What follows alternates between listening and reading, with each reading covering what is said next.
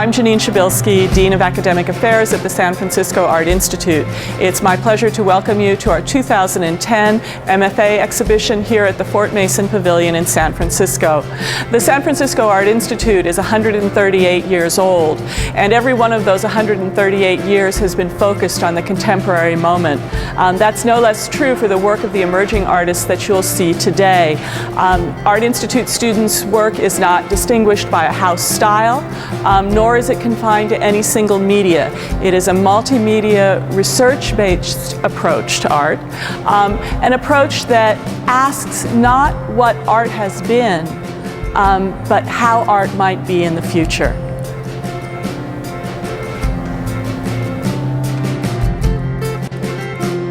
My name is David Marc Grant, and I just finished my MFA here at the San Francisco Art Institute. This is the Vernissage, the opening show for the MFAs. Essentially, the work that I'm doing is about the environment, energy, oil, hydrocarbons, consumption, and really it's about the sort of precarious balance we're in between desire for commodities and precious objects and consumption while we're faced with being on a finite planet with finite resources. Those are some of the big issues that my work is concerned with. Some of the feedback I get a lot in critiques and just in general is there's this sort of contradiction between the stylistic choices that I've made and the palette choices that I've made and what the subject matter is about, which is, this very, dangerous situation that we're in. Some of the aesthetic choices I make are just purely formal. Like, I'm a painter first and foremost, and I love color and form. And so some of the paintings will really will be an investigation of those things. But part of the reason why I chose to make them that way is because it's important to me that the whole idea of the commodity of the object come through in the work. Like, I love my iPod and I love my laptop, and all of these things are these beautiful objects, but I know what they're made out of. They're made out of oil. And so we sort of love these things, and I want people to love these things, At the same time, I want people to be aware that, these are acrylic paints. They're made out of, strings of weird polymers and everything, and it's gonna run out eventually. And without getting political and ideological, I think this is just sort of part of what human beings do. And as much as I have concern about all of the things we make and the way that we go about, mining this and that to make them, I think we want to make things that are worthy of us, that are worth looking at, as opposed to just all of the sort of ugly, big box, corporate bric-a-brac that's out there. I'm interested in making objects that sort of celebrate humanity and the act of making and creating, and the individual creating, not this mass-produced thing.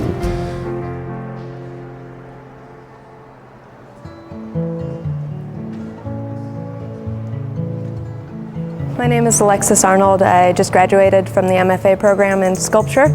I also did my post-baccalaureate here as well, and I came in doing strictly functional furniture and have maintained the furniture influence but kind of moved away from the function in the work. This is an installation that's titled The Past of Our Futures, kind of dealing with family and memory and absence and time, and then it kind of took on this post-human feeling to it as well. A lot of research I've done talking about what would happen if humans were gone all of a sudden one day is kind of like things would all start filling with water, and then if things are submerged in water, crystals would grow on them, and it's part of my thinking in using the crystals. I see the crystals as both being like very fragile but also durable. They're very hard on the surface but also very easy to destroy, which I kind of think of the family unit as that same sort of duality there. And salt also is both preserver and destroyer, and the borax as well. These substances in small amounts are very benign, but then once you increase the saturation of them, they can become quite destructive and quite irritating. And one aspect of the work that I really like is, I can control only so much of it, and then kind of nature does the rest of it for me. And also kind of the opposite of that too, where I'm able to do things that nature takes thousands of years to do, like growing stalactites in a matter of weeks. Because each crystal has its own molecular pattern that's unalterable no matter what you do to it, kind of like our genetics. And also just familial influence, often you can't change it. And there's a lot of people who want to follow those molds of family, and then people who kind of try and stray from that as much as they can. I had a portrait wall in my house growing up that was of all these ancestors I never knew, and kind of felt their presence kind of ghostly watching over me all of the time. And then how the memories of them kind of adjusted through the stories of them. I think it's something hanging on a wall. You don't expect it to be this heavy thing, so filling it with the frames with concrete, kind of want it to be looming over you a little bit. And the portraits are made in atomized steel, and it is embedded in the concrete, but will continue to alter, just kind of like your memories of ancestors and the dilution of genetics over time, also kind of that alteration, but also presence. Yeah, concrete to me is very much, it's a heavy object, so it kind of speaks to the burden, but I also find it to be a very beautiful material, and so I like that it can be both beautiful yet really heavy. Some of the ones that have more salt solution on them, eventually I anticipate that those will white out over time and the salt will kind of fully engross the whole object, which to me I really like, and I think it marries with the concept I'm going for. And someday we will all pass as well, and our objects should kind of pass along with us.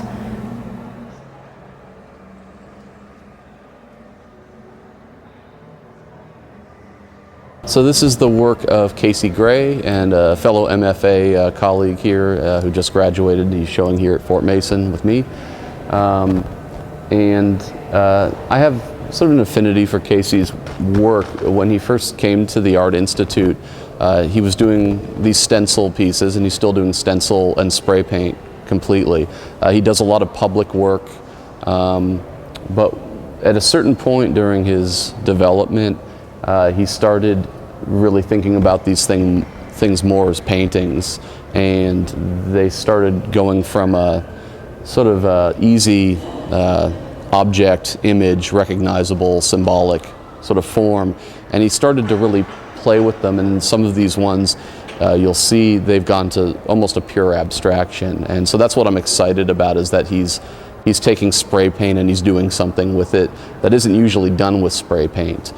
He's making painters' paintings. That's what I'm excited about with this work.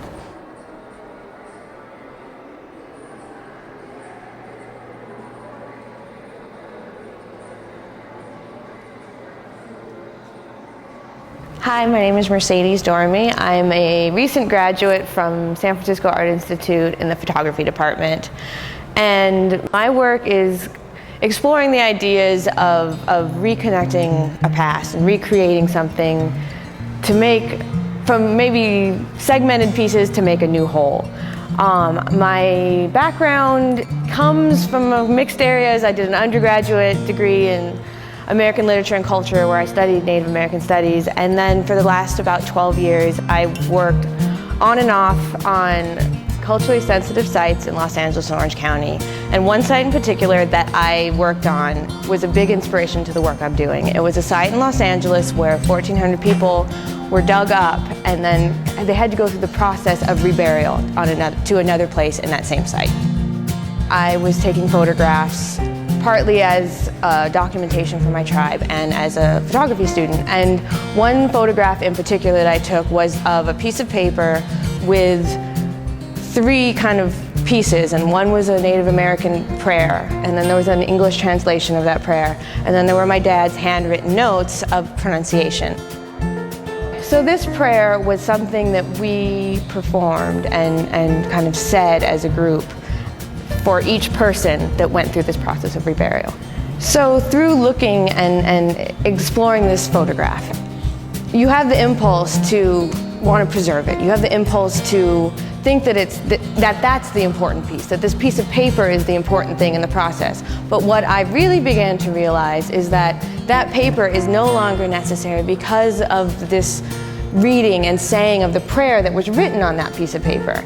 And so through that saying and reiteration, that becomes a part of me. That then informed the work that I'm doing now.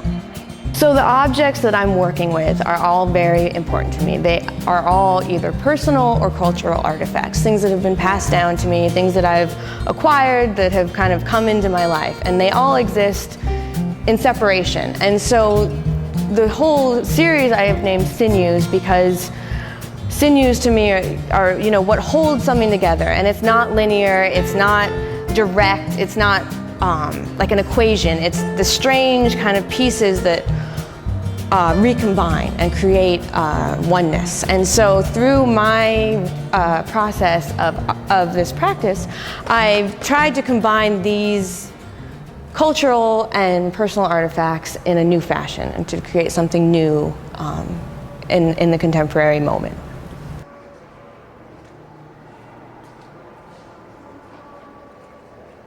So this is the work of Laura Boles. She's one of my dear friends at the school. I have utmost respect for both the concept and the craftsmanship of her work, and there's kind of sometimes, especially I think as a woman, you try to have the craft beaten out of you, and I really appreciate her rejection of that kind of critique. And taking kind of the everyday object and turning it on its head and making it kind of the precious art piece, but in a way that's not just sticking it on a pedestal, which is often kind of a solution to that. And so I think the tires are a really perfect example, kind of sewing these tire cozies for them and then doing this very precious beading of the tread on the outside, but then the tread has also been worn down. You know, and the nose piece has ended up one of my favorite pieces at school. I'm very much a dog lover myself, but just kind of the absurdity of the piece, but married with the super high level of craft of it. A lot of her work deals with borders, but a lot of the artificiality of constructed borders in society. And so I think the Not an Exit door piece addresses that really clearly. And just, you know, it's a door, it should be this entry point, but then you're stopped with this Not an Exit sign, but then you can totally see through it. So kind of has a lot of like back and forth, a little bit of irony to it.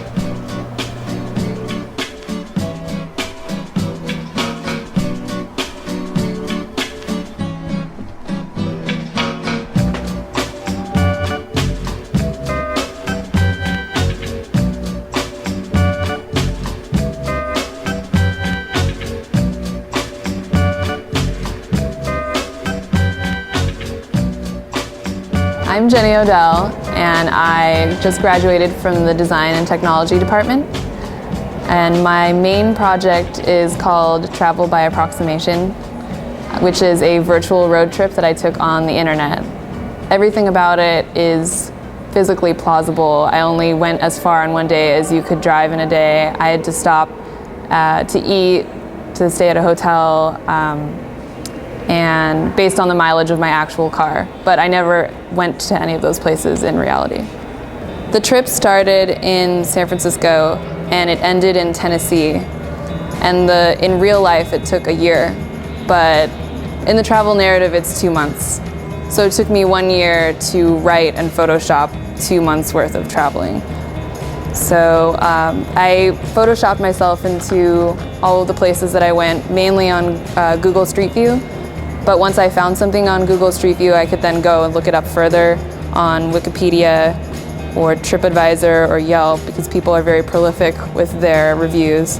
And you can get a pretty good picture of even the inside of a place, what the walls look like, what the staff is like, just from reading all of these reviews. In the beginning, I actually really did want to take this trip in real life. It represents a trip that I had planned on but never got a chance to do. And it kind of started out as just seeing how possible that was, how real you could make something. And I ended up being very surprised at how real some of my experiences were. I saw things that were actually scary to me, or actually very moving, or actually really funny. And whereas in the beginning I was sure that I was going to be losing a lot of what you would get from going on the real trip. It was a way of getting out of what I expected of these places, what I knew about these places, because I was reading all of these other people's subjective experiences of these places based on their own circumstances, the day that they went, the reason they were going, and reading so many of those and trying to form sort of this weirdly cubist psychological picture of a place that I don't know if that's possible just going to a place from my experience actually traveling. I think I'm attracted to online imagery because it's so ephemeral, and I think that sometimes it's not really recognized how ephemeral it is. Like satellite views tend to get updated sort of sporadically, and a lot of times I've had experiences taking screenshots of things that then are gone, and there's no way to get them back. They become almost like snapshots that are invaluable, they can never be replaced. And so there's something really satisfying to me about taking pieces of that kind of information and arranging them, whether that's in my trip or in a file, like to create these prints. That is very satisfying. It's almost reassuring because I'm fixing them in place, and it's my record of this thing that is constantly changing.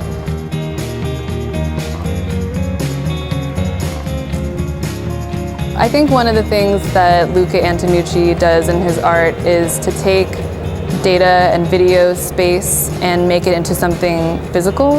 And so he's made these sculptures where he printed video static onto them and has made them into these very object-like things.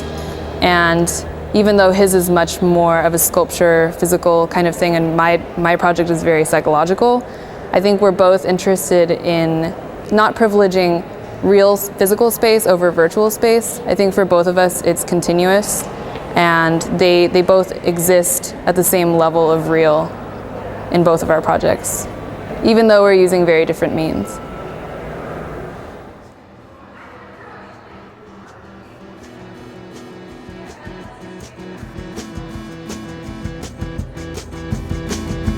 My name is Nene Muncie, and I am in the painting department at the San Francisco Art Institute.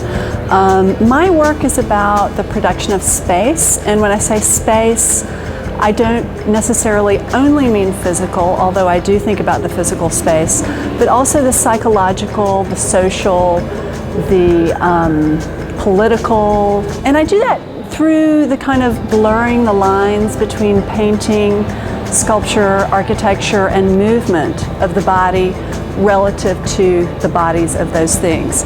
This is a piece called Unlimited Body. It is informed by the architectural body of informal cities that seem to continuously grow and that are largely made of discarded materials, often found materials, free materials, readily available materials. And I think of this piece as a painting. It's hanging on the wall. I also think of it as a sculpture. Clearly it has sculptural elements, and I just stated the kind of relationship to architecture. And essentially I also take inspiration from informal cities because I don't plan what this is going to look like when I'm finished.